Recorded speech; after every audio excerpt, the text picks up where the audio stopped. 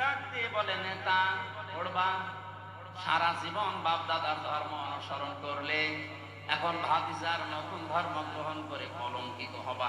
মানুষ তোমারে কাপুরুষ বলবে, ভীরু বলবে।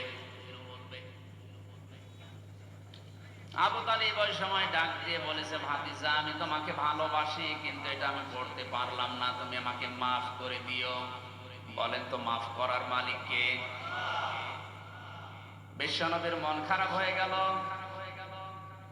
সঙ্গে সঙ্গে কোরআনে কারিমের সূরা কাসাসের 56 নম্বর আয়াত আল্লাহ ফেরেশতা জিবরাইলকে দিয়ে পাঠালেন, শুনিয়ে দেন, ইন্নাকা লা তাহদি মান আহবাবতা ওয়ালাকিন্নাল্লাহা ইয়াহদি মান ইয়াশা ওয়া হুয়া আ'লামু বিল মুহতাদিন।